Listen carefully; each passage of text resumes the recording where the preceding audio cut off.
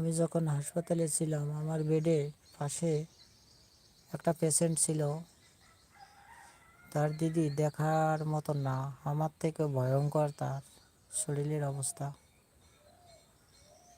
ওই দেখে আমার আরো ভয় ধরে গেছে শরীরে তখন। মানে ওই আমি যে বেডে ছিলাম তার পাশে একটা যে বেডটা ছিল ওই বেডটা মানে তার মাথার এই পুরোটাই সেলাই করা এইভাবে ঘুরোয় এই দিক দিয়ে পুরো মানে এই উপরের টুক উঠে চলে গেছে। বাইকে অ্যাক্সিডেন্ট করেছিল তো একটা প্লেয়ারে বাড়ি খেয়ে মাথার এটা উঠে গেছে, উপরে দিক খুলে গেছে। ওই পলিথিনে করে পেঁচিয়ে নিয়ে এসেছে দেখার জন্যই ওই রোগী। তারপরে আমার বেডের পাশে দিয়েছে ব্যান্ডেজ করে, নাক দিয়ে পাইপ, শরীর দিয়ে পাইপ। সে কি অবস্থা!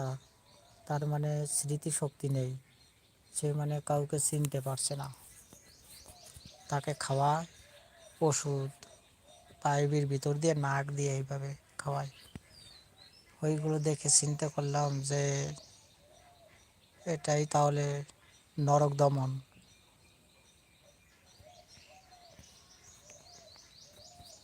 মানুষ বলে না এখানেই স্বর্গ নরক, তাই আমি চিন্তা করলাম যে ওই জায়গাটাই হলো সব থেকে নরক।